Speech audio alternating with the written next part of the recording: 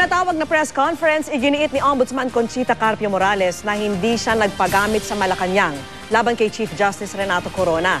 Hindi rin daw siya gumagante sa punong maestrado. Nakatutok si Micaela Papa. Micaela? Vicky, nang gagaliiting humarap sa media si Ombudsman Conchita Carpio Morales. Ito ay matapos banggitin ni Chief Justice Renato Corona sa impeachment court na nagpapagamit daw ang ombudsman sa Malacanang. He is lying. As I told the GMA News a while ago, my knee-jerk reaction is that he is a certified liar. There's this Spanish saying which goes, piensa el ladrón que todos son de su mismo condición. A thief thinks like others that all of them, like him, are thieves.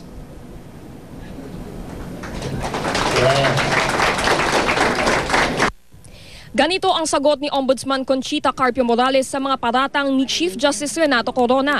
Sa pagkakataong ito raw pakiramdam niya, siniraan daw siya ng todo ni Corona sa harap ng impeachment court. Lalo na nang sabihin nito na nagpagamit daw siya sa Malacanang. Hindi ako magpapagamit. Never ever. I hope he has a conscience. He asked me if I have a conscience. Yes, I have a conscience, clean conscience. I hope he has a conscience. And as clean as mine. Ayon kay Morales, kaya raw niyang patunayan na authentic ang mga dokumentong isinumite niya sa impeachment court na nagsasabing meron siyang $82 accounts. Mismong analyst daw ng AMLAC ang nag-certify sa mga dokumento. Nang tanungin kaugnay sa panawagan ni Corona na mag-resign ito, kung mapatutunayan nga niya na merong $12 million account ang punong magistrado, sagot ni Morales, I don't think he has proven me wrong, and so I'm not going to resign. On the other hand, have I proven myself in the right track? I was doing what was expected of me. There was nothing personal. Nang tanungin sakaling makonvict si Corona, if he gets acquitted, that's the Senate decision. I don't know what I'm supposed to do. No, I'm not supposed to do anything. Are you not going to us arguing a contrary? Suppose he gets convicted. What would you do? Are you not going to ask me that? What's your comment if ever he gets convicted? Amen. Umamin naman ng ombudsman na meron siyang $1 account na nakadeposito sa BPI.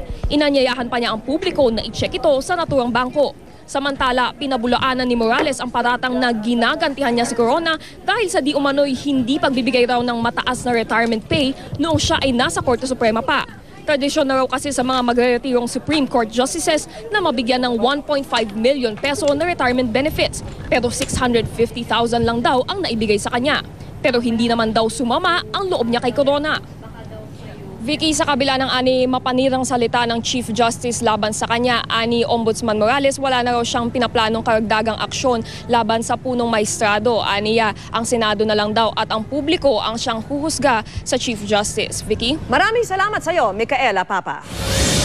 Sa iba naman pong balita, nagpaunlak ng isang eksklusibong panayamong interview sa pamagitan ng telepono sa GMA News si American Idol Season 11 runner-up at ngayon tinatawag ng ilan na World Idol, Jessica Sanchez. Excited na raw si Jessica sa pagsabak niya sa kanyang karera o karir sa musika. Nagkwento pa siya tungkol sa iba niyang plano, gayon din ang pagkahilig niya sa adobo. Nakatutok si Katati Bayan. Tinanong ng GMA News si Jessica Sanchez kung anong reaksyon niya sa pagtawag sa kanya ng mga fans bilang World Idol matapos siya mabigong maging American Idol. That sounds amazing. I mean, I do have fans in different areas of the world, and I'm excited to hopefully become successful in my career and be able to tour the world. Mismong si Jessica, aminadong hindi bagay sa kanya huli niyang inawit sa final showdown na Change Nothing na nauna ng pinuna ng judges.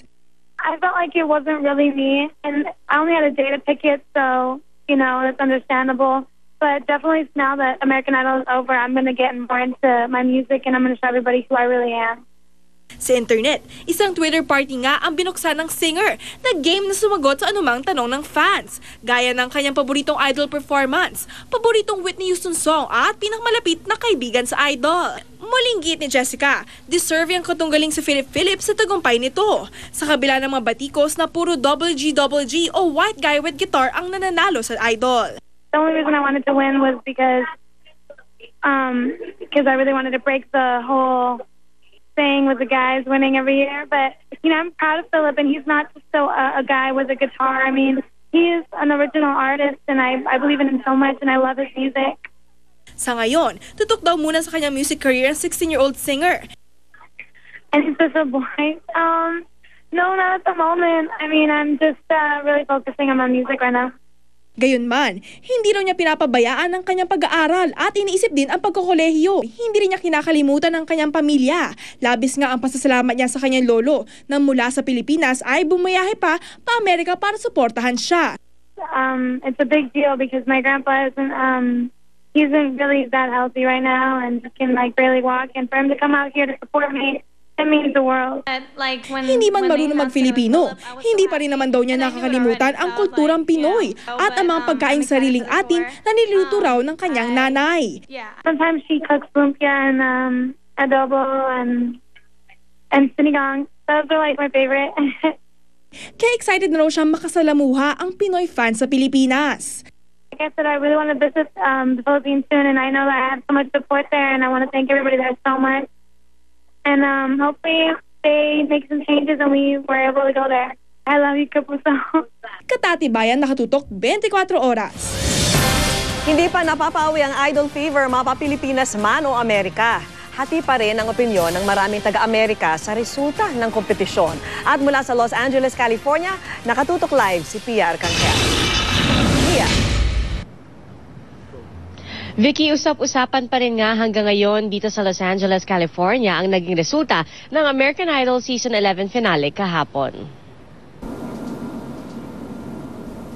Laman ng mga dyaryo ang pagkakapanalo ni Philip Phillips. Sa pahayagang USA Today, inilarawan ng 21 anyos na si Phillips bilang guitarist from Georgia na tumalo sa anilay 16-year-old balladeer na si Jessica Sanchez. Sa ilang international entertainment websites, kasama rin sa top stories ang pagkapanalo ni Philip. Pero malimit rin ang pagbanggit sa naging duet ni na Jessica at Jennifer Holiday. Dahil siya ang nanalo, usap-usapan ngayon si Philip Phillips at ang kanyang victory sa American Idol. Marami rin siyang TV at radio guestings at hot topics sa mga talk show. May mga nagsasabi na karapat-dapat ang kanyang pagkapanalo, pero may mga nagsasabi din na si Jessica dapat ang nanalo. Yeah, she's ang Phil-Am singer na si AJ Rafael, hindi pa rin daw makapaniwala na hindi nakuha ni Jessica ang titulong bagong American Idol. Bago pa sumali sa AI, nakasama na raw ni AJ si Jessica sa isang show ng YouTube singers sa Washington, D.C. Ang ina pa raw ni Jessica ang humiling kay AJ noon na isama ang kanyang anak sa kanilang mga performance. When I found out, it was tough. I tweeted right away. I was like, I'm never watching this show again. I was like, I can't believe America did it again. Another guy on his guitar. Jessica's going to be fine. Of course, she's going to have an amazing career. Bukod sa kanyang talento, napabilib din si AJ sa ilang katangian ni Jessica na maituturing daw na Pinoy na Pinoy. There's just that sense of family, you know, that is in every Filipino. And I think that's what shows most in her, because she really believes in her mom and her mom believes in her. You know, they have this great connection. Malayo na raw ang narating ni Jessica mula nang una silang magkakilala. Ilang taon na ang nakalilipas. At kahit hindi siya ang bagong American Idol, tiwala si AJ na magiging matagumpay ang singing career ni Jessica. Ngayong weekend, Vicky, ay nakatakda namang mag-perform sa Washington, D.C. si Jessica Sanchez. Ito ay para sa isang Memorial Day concert na gaganapin sa Capitol Lawn. At nakatakda siyang mag-perform kasama ng ilang bigating artists tulad ni Natalie Cole at Daughtry na isa ring American Idol alumnus. At inaasang kakantahan niya ang U.S. National Anthem na Star-Spangled Banner, pati na rin ang kantang The Prayer. Vicky? Sige, maraming salamat sa iyo, Pia Arcangel. Kaligtasan mo sa Alerto 24. Bugbog ang inabot ng 3 lalaking nangangantyaw sa pagkanta sa isang videoke bar sa Sampaloc, Lungsod ng Manila. Ang 3 nabungbog, gumanti. Pakigabayan lang po mga kapuso yung mga batang nanonood ngayon. Dito sa mga tagpo ito, nakunan po ito ng CCTV. Narito po si JP Soriano, naka-Alerto 24 eksklusibo. Ito ang kuha ng CCTV ng isang videoke bar sa Sampaloc, Manila noong linggo. Kitang binubugbog ng isang lalaki ang 3 lalaking kinilalang sina Rafael, Abot at Ryan. Batay sa blatter ng barangay, hindi residente sa lugar ang tatlo. Nagpakilala naman daw na isang sundalo ang lalaki ng bubugbog. Habang nagiinuman daw ang tatlo, nang aasar daw sila, unang inasar ang waiter ng bar. Isinunod ang lalaki. Sa video makikitang tila nagtimpi pa ang lalaki, pero nang mapuno na, isa-isa na nitong inupakan ang tatlo. Kwento ng may-ari ng bar, sinisita raw ng tatlong lalaki ang pagkanta ng kasama ng lalaking nagpakilala raw na sundalo. Lasing at nangungulit na rin daw ang tatlo sa iba pa nilang customer. Napagtipan yung mga customer ko. Ngayon, yung isang customer nagiinom lang, sabi niya, sundalo siya. Inasar nila. Naasar na kasi nag-trip nga. Ngayon, nagkagulo. Nang maawat ang nagpakilalang sundalo, agad pinalabas ng mga tauhan ng Video OK Bar ang mga nabugbog. Pero maya-maya lang, bumalik sila at ang isa sa kanila, pinagbabato ang lalaki. Bumalik sila, nag-rest back na naman yung tatlo. Nagbabato dito. Kaya sinaway namin, ba't kayo nang babato? Wala na dito yung kaaway ninyo. Kaya lang naman namin inawat at saka kinuan, pinapauwi na namin para maiwasan na yung gulo. Pareho silang lasing eh. Mahirap magtalo ang parehong lasing. Pinagbabato yung mga kaldero ko, yung mga takit ng kaldero ko na nagkakahalaga ng 18,950. Sinubukan naming hagilapin ang lalaki ng bugbog sa tatlo, pero wala raw itong iniwang pangalan at contact number. Hindi rin daw ito residente ng lugar. Pinuntahan namin ang barangay kung saan nakatira sina Rafael, Abot at Ryan. Tumanggi silang humarap sa kamera, pero itinanggi rin nilang nanggugulo at nambasto sila ng customers. Pero nangako magbabayad ng hulugan sa may-ari ng Video OK Bar. Iniimbestigahan pa ng barangay ang insidente at nangakong hindi nila kukonsintihin ang anumang maling gawain sa kanilang lugar. Gusto ko nga, bigyan ng certification para kung taga makulit yung dalawa para may demanda nila.